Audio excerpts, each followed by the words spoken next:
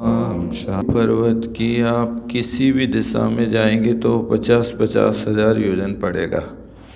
इसी तरह यहाँ लवण समुद्र की किसी भी दिशा में जाएंगे तो 1 लाख योजन उसका अधिक विस्तार निकलेगा, ये इसका अभिप्राय है। जम्बू में आप मेरू पर्वत की किसी भी दिशा में चले जाओ, दिशा मतलब ऊपर नीचे तो नहीं जाना, लेकिन 8 दिशाओं में विदिशाओं में और उनका जो कोण बने उन कोणों में भी चले जाना तो भी वहाँ 50,000 योजन बनेगा। इसी तरह यहाँ जम्बू द्वीप का जो विस्तार है उससे लवण समुद्र की एक दिशा का विस्तार 1 लाख योजन अधिक आ जाएगा। 1 लाख सब में लगाना, सब किसी भी दिशा में जाओ, समुद्र द्वीप से समुद्र 1 लाख, बराबर। द्वीप से द्वीप तो चौगुना होता है। चौगुना हो जाएगा, डबल डबल डबल।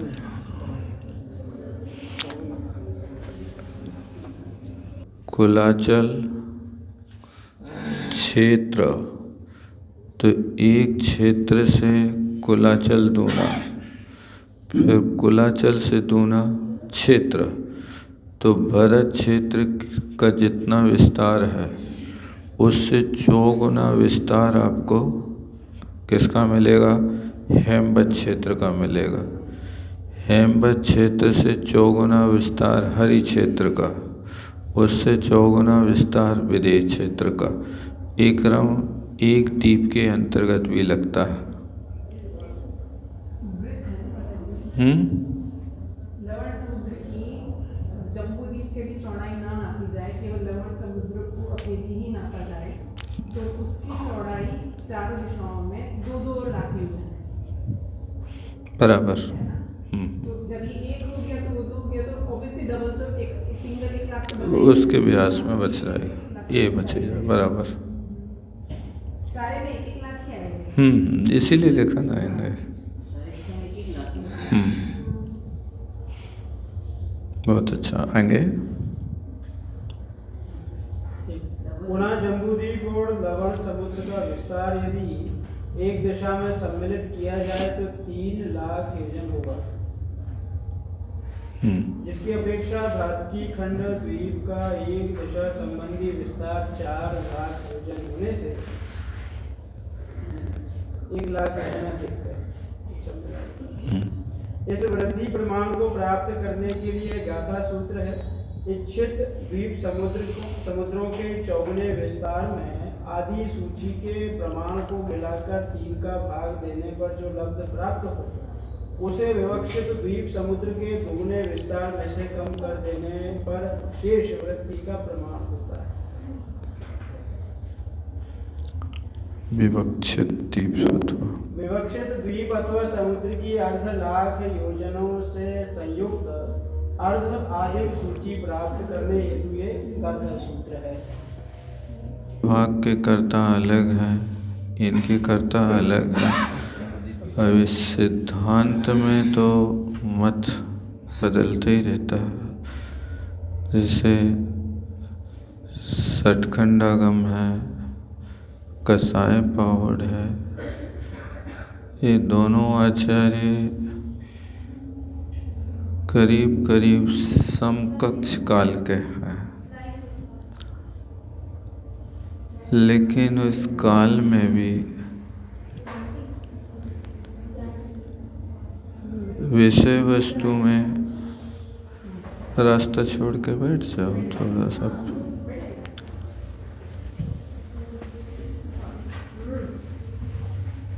अंत में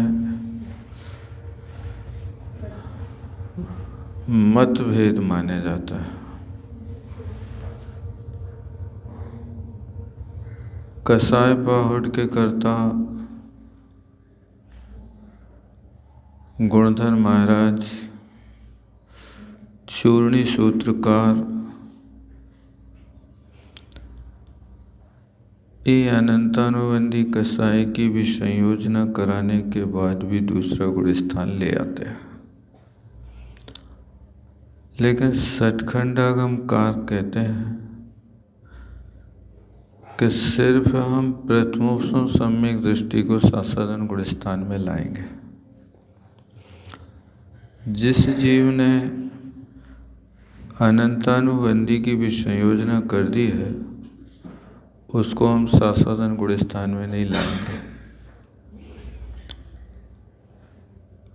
दोनों आचार्य सिर्फ एक मत आर्य मंक्षु का, दूसरी तरफ नाग हस्ती का, इनमें जब अपन देख लेते हैं तो षटखंडागमकार कहते हैं कि अनंतानुबंधी की विषयोजना जब कर दी, उपसम श्रेणी चढ़ा दिया और उपसम श्रेणी पर चढ़ने पर दर्शन मोहिनी की तीनों प्रकृतियों की उपसामना हो गई। इस परिस्थिति में अनंतानुबंधी कहाँ से लेके आओगे आप? जिसके पास सत्ता ही नहीं है तो बिना सत्ता के सासाधन गुण स्थान बनेगा नहीं। तो वहाँ पर कसाय पाहुड़कार कह देते हैं, एक शब्द में उत्तर दे देते हैं, परिणाम पच्चेर्ण। परिणाम के प्रत्यय के कारण हम दूसरा गुण स्थान बना देंगे, जबकि दूसरा गुण स्थान कब बनेगा? अनंतानुबंधी की उदय से बनेगा। उदय उसका होता है जिसकी सत्ता होवे, बिना सत्ता के उदय कैसे बनाओगे? लेकिन वे कहते हैं कि हम वहाँ पर परिणाम प्रत्यय से निकाल लेंगे और दूसरा गुण स्थान बना देंगे। षटखंडागमकार सीधी सीधी बात मानते हैं कि जो चौथे पांचवें गुण स्थान में गया है उपसम सम्यक दर्शन लेकर के, तो उसने तीन करण के परिणाम मिथ्यात्व के लिए किए हैं। अनंतानुबंधी की अप्रशस्त उपसामना है। अप्रशस्त उपसामना वाले के अनंतानुबंधी की चौकड़ी में से किसी एक का उदय कराएंगे तो उसका सम्यक दर्शन से पतन करा के दूसरे गुण स्थान में ले आएंगे। क्योंकि सत्ता की प्रकृति की उदय आना तो संभव है, जब सत्ता नहीं है तो उदय कहाँ से होगा? बिना सत्ता के कभी उदय होता नहीं है।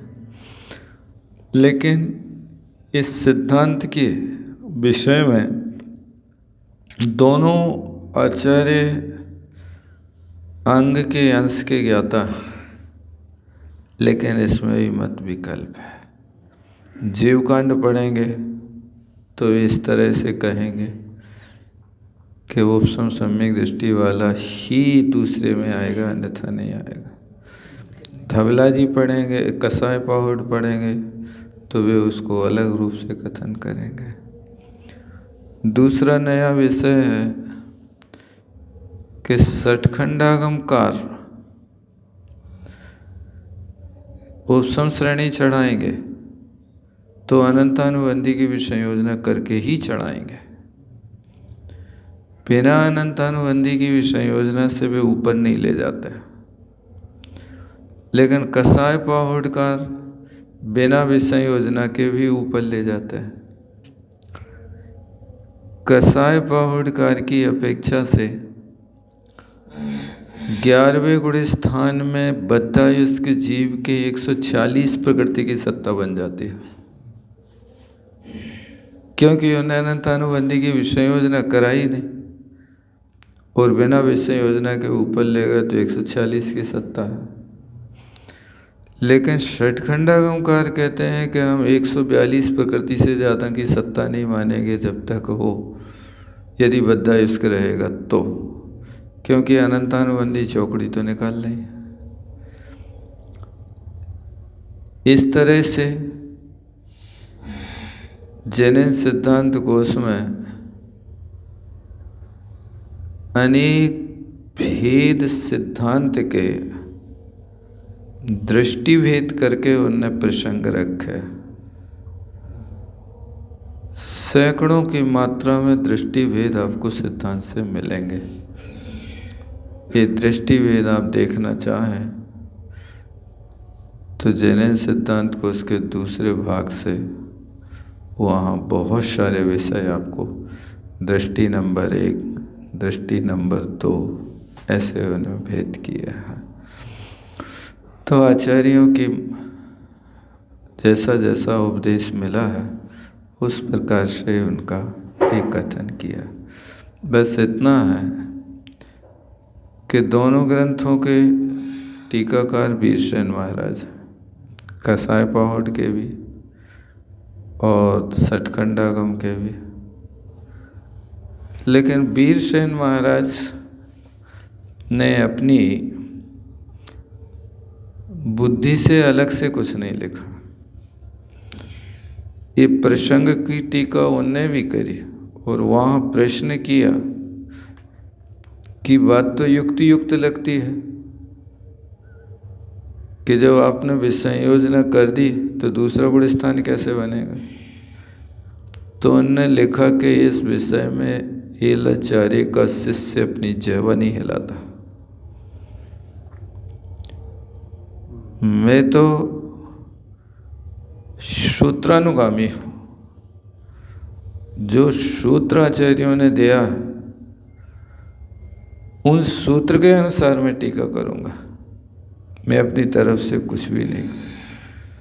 ऐसे वीरसेन महाराज ने बहुत सारे स्थानों पर शंका जहाँ हो सकती है उसको उन्होंने यही कहा, इस विषय में एलाचार्य का शिष्य अपनी जिह्वा नहीं हिलाता, और हिला ही नहीं उन्होंने।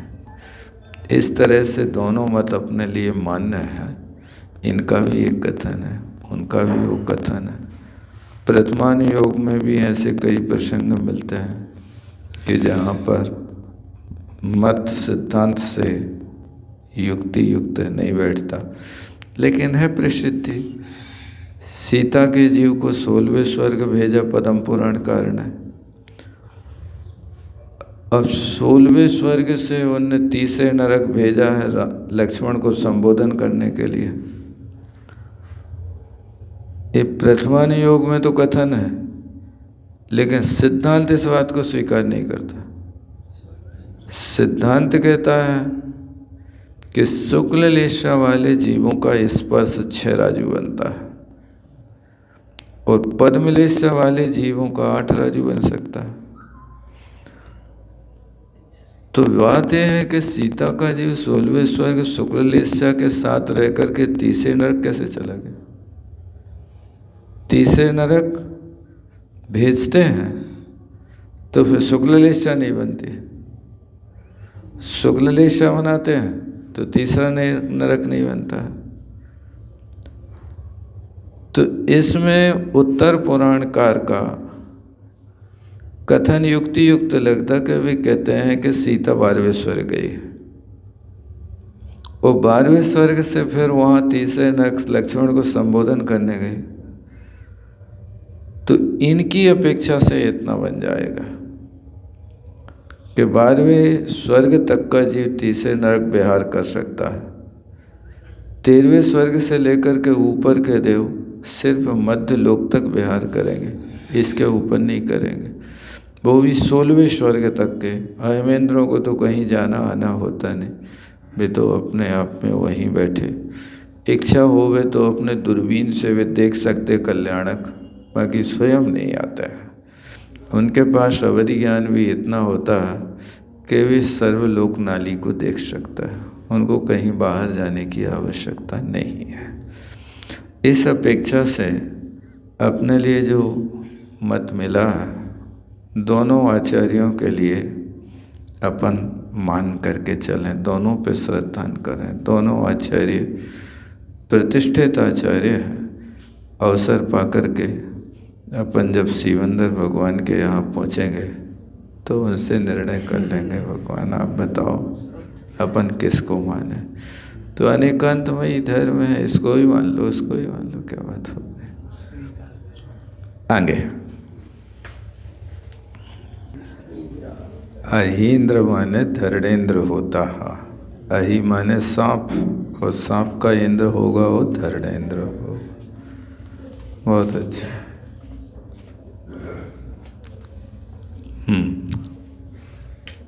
कि ये जो कथन किया जा रहा है आपको तत्वार्थ सूत्र में तीसरे अध्याय में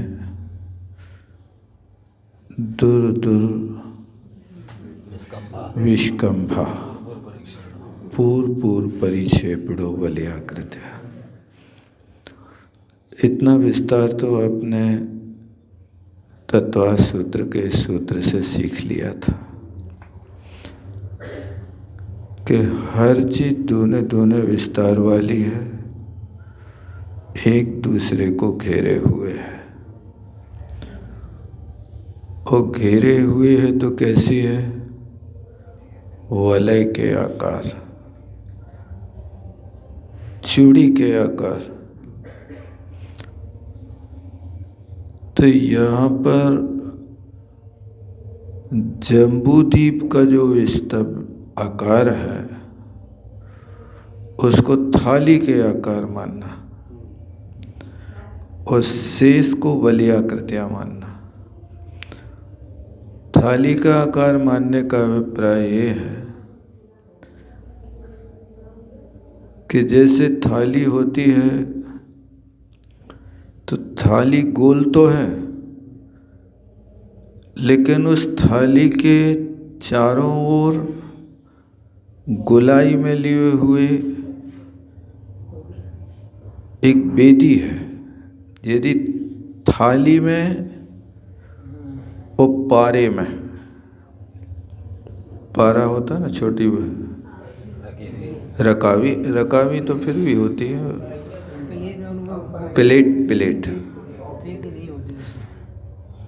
प्लेट जो होती है वो प्लेन होती, थोड़ी सी गहराई को लेके होती है, लेकिन थाली की बॉर्डर होती है। तो वो जम्बूद्वीप की बेदी को बना करके आपको जम्बूद्वीप का आकार तो बता दिया, थाली के आकार। जम्बूद्वीप को आप पार करेंगे, किसी भी दिशा से जाएंगे तो 50,000 योजन आपको पार करना है। तो 50,000 योजन के बाद आपको वो बेदी मिलेगी। उस बेदी के कारण इसके आकार को थाली का आकार कहा जाता है। इसके आगे सब चूड़ी के आकार है, एक दूसरे को घेरे हुए दूने दूने विस्तार वाले हैं। बस यहाँ पर वो दूना दूना विस्तार को आपने पूरे क्षेत्र को लिया, पूरे समुद्र को लिया।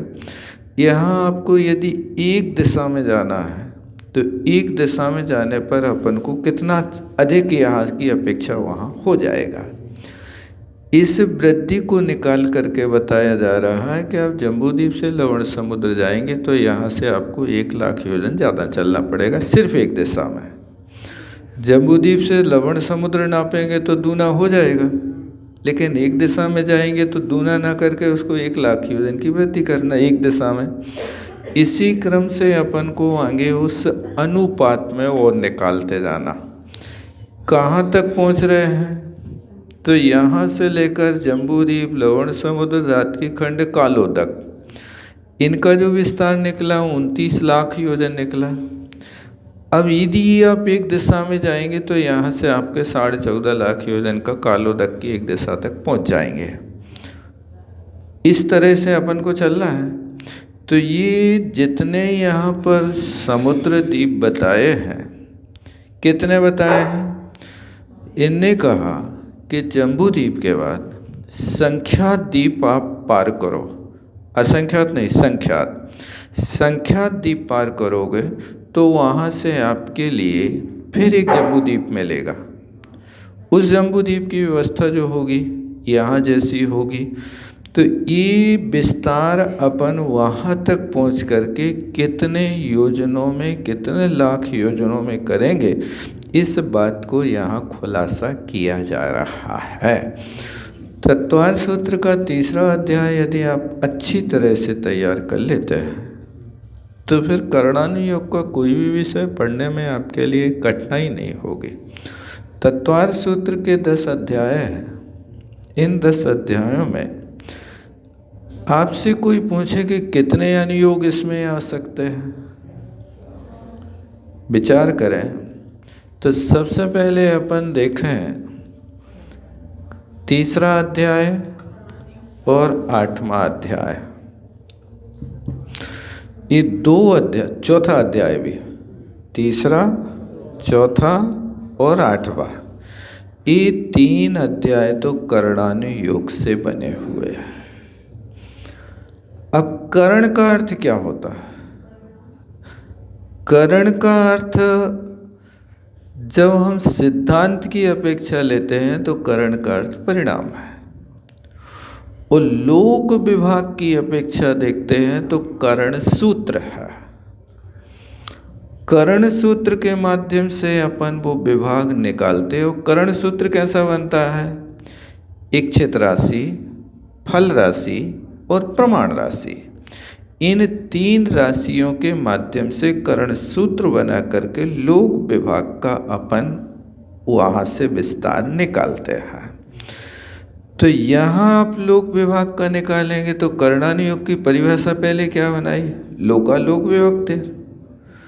लोक और अलोक का जिसमें विभाग किया जाता है उसको अपन क्या कहेंगे? करणानुयोग।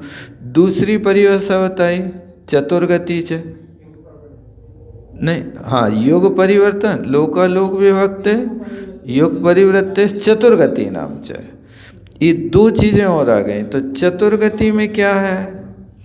अब चारों गति में हमें लगाना है तो चारों गति का वर्णन करना करणानुयोग कहेगा। चारों गतियों में कौन सी गति की क्या व्यवस्था, इसको अपन गुणस्थान और मार्गणा से देखेंगे। जब उन 4 गतियों को गुणस्थान और मार्गणा की अपेक्षा से आप लेके आ जाएंगे तो वहाँ पर आपके लिए ये मिलेगा कि करणानुयोग का विषय आ जाएगा। अब चारों गतियों में आप वहाँ पर देखें कि कौन सी गति में कितने कर्मों का बंध होता है, कितनी प्रकृतियों में कितनी स्थिति बनती है। स्थिति बंध की अपेक्षा से जब वहाँ विचार करते हैं तो संगी पंचेंद्री जीव संक्लेश परिणाम वाला, उत्कृष्ट संक्लेश परिणाम वाला मिथ्या दृष्टि है, संगी है, पर्याप्तक है, जागृत है। तो जो कारण सम्यक दर्शन के लिए लिखे, कौन कौन से कारण लिखे हैं? सम्यक दर्शन किसको होगा? संगी हो, पंचेंद्रिय हो, पर्याप्तक हो, जागृत अवस्था वाला हो, गर्भज हो, ये सब चीज़ें मिले तो सम्यक दृष्टि बने। इसी तरह यहाँ उत्कृष्ट स्थिति के बंध के लिए भी संगी हो, पंचेंद्रिय हो, पर्याप्तक हो और गर्भज हो अथवा औपाद विक्रियक जन उपाजन वाला भी हो, ये सारी शर्तें मिलेंगी तो उत्कृष्ट स्थिति का बंध होगा। सबको एक जैसा उत्कृष्ट स्थिति का बंध नहीं होगा। असंगी को उत्कृष्ट स्थिति का बंध होगा कि नहीं होगा? असंगी जीव को उत्कृष्ट स्थिति का माप रखा है कि ये 1000 सागर से ज़्यादा का मोहिनी का बंध नहीं करेगा। ये उसका नियम है, इस माप का उल्लंघन नहीं होगा। किसको नहीं होगा? असंगी को। 4 इंद्रिय को निर्णय रखा कि 100 सागर से ज़्यादा का बंध नहीं होगा। इस 100 सागर की स्थिति का बंध 4 इंद्रिय जीव कर रहा है तो वो पर्याप्तक अवस्था में करेगा। हर किसी को ये योग्यता नहीं होगी। अब यहाँ पर जो असंगी बंद कर रहा है 1000 सागर का, तो संगी को कभी हो सकता कि नहीं हो सकता? संगी को 1000 सागर की स्थिति का बंद करने के लिए बहुत पापड़ बेलना है। कौन से पापड़ बेलना है बताओ? जब संगी पंचेंद्री जीव श्रेणी आरोहण करेगा तो श्रेणी आरोहण करते समय नौवें गुण स्थान में पहुँचे। नौवें गुण स्थान के असंख्यात भाग पार करें। असंख्यात भाग करने के बाद वो स्थिति कांडक घात करते करते करते एक पल्लोपम की स्थिति के बराबर ले आवे, वो एक भाग हुआ। फिर असंख्यात स्थिति कांडक अनुभाग कांडक घात करते करते उस स्थिति का घात करके फिर दूरापकृष्टि पे ले आवे। दूरापकृष्टि में और पल्लोपम के असंख्यात है, और पल्लोपम में क्या अंतर है? जो एक पल की स्थिति बांधेगा उसको पल्लोपम कहेंगे, और पल्लोपम के असंख्यात भी भाग के बराबर स्थिति बंद करेगा तो उसको दूरापकृष्टि करेंगे। और फिर इसके बाद में घात करते करते उस दूरापकृष्टि से फिर स्थिति कांडक घात असंख्यात करेगा, तो जो असंगी उत्कृष्ट स्थिति हजार सागर की मानता है वो दूरापकृष्टि के बाद अब आएगा असंगी के बराबर करने का।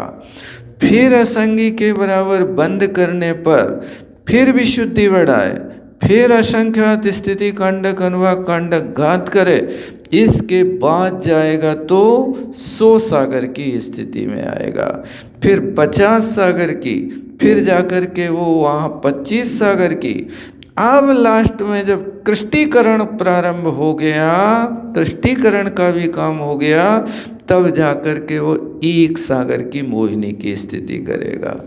और वो मोहिनी की स्थिति को घात करने के बाद अब आएगा तो 1 सागर में पल्लोपम का संख्यात्मक भाग करेगा। अब इसके बाद आएगा अंत समय होगा, नवक बंध होगा, उसमें वो पुरुष वेद की 8 वर्ष की उत्कृष्ट स्थिति बंद करेगा। और वो 8 वर्ष की स्थिति बंद करने के बाद अब पुरुष वेद की बंध विच्युति समाप्त कर देगा। सत्ता में रहने वाला द्रव्य और नवक बंध, इन दोनों को जाकर के एक साथ वो सामना या छपड़ा करेगा। इसके बाद फिर क्रोध आदि की स्थिति का बंद करेगा। ये जाकर के 9वें गुण स्थान में ये क्रियाएं होती हैं। 9वें गुण स्थान के पहले भाग तक तो वो सब कर्मों की स्थिति अंतः कोड़ा कोड़ी सागर करती है। और ये भी समझना कि सब कर्मों की एक जैसी स्थिति नहीं होती है, सब कर्मों का अपना अपना अलग बंध होता है। देखो जैसे 8 मूल प्रकृतियों में 70 कोड़ा कोड़ी, 40 कोड़ा कोड़ी, 30 कोड़ा कोड़ी, 20 कोड़ा कोड़ी सागर की स्थिति रखी, उसी प्रकार यहाँ पर भी अनुपात में 9वें आदि गुण स्थानों में उनका बंध होता रहता है। इस तरह से करणानुयोग में लोक अलोक के विभाग के साथ में जब चतुर्गति का बंध अपन करें तो वहाँ परिणाम का करण का अर्थ परिणाम से जोड़ना, और जब यहाँ पर लोक विभाग में करें तो अपने कल्याण जी जी आए हैं। अच्छा, महाराज जी के पास आए थे।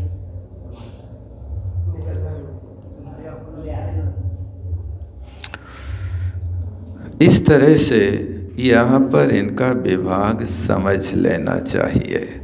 ये विषय जो है अपने आप में समझ में आने लगे तो बहुत रुचिकर है।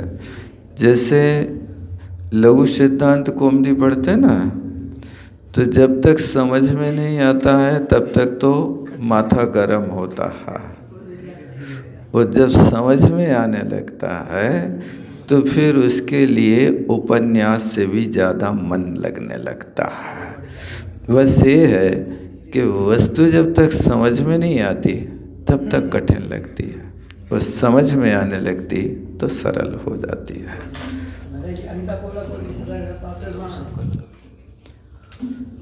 अंतः कोड़ा कोड़ी का अर्थ है एक कोड़ा कोड़ी सागर के भीतर। अंतर का अर्थ भीतर होता है। 1 रुपया का प्रमाण क्या है? 100 पैसा। अब यदि उसमें 1 पैसा कम हो गए तो रुपया होगा कि नहीं होगा? क्या होगा? पैसे। हाँ, 99 पैसे है। इसी तरह 1 कोड़ा कोड़ी हो गया तो पूरा 1 कोड़ा कोड़ी।